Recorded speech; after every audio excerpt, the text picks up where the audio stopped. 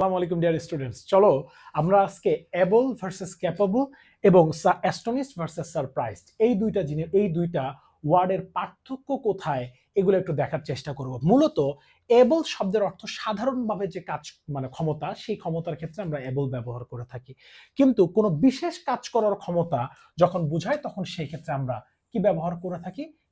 Capable ব্যবহার করে থাকি। যেমন আমরা বলতেছি he is an able man, আবার বলতেছি হি ইজ ক্যাপাবল অফ।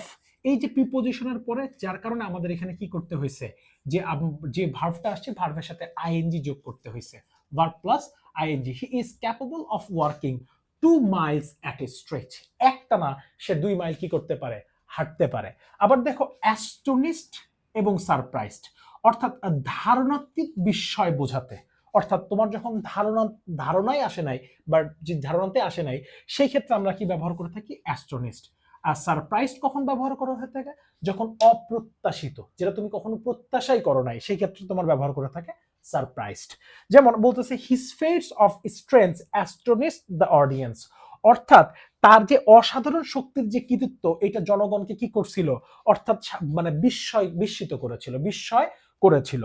আচ্ছা, এবং কি বলা আছে? সারপ্রাইজড, উই ওয়ার সারপ্রাইজড, আমরা খুবই মানে বিস্মিত। কি কেন?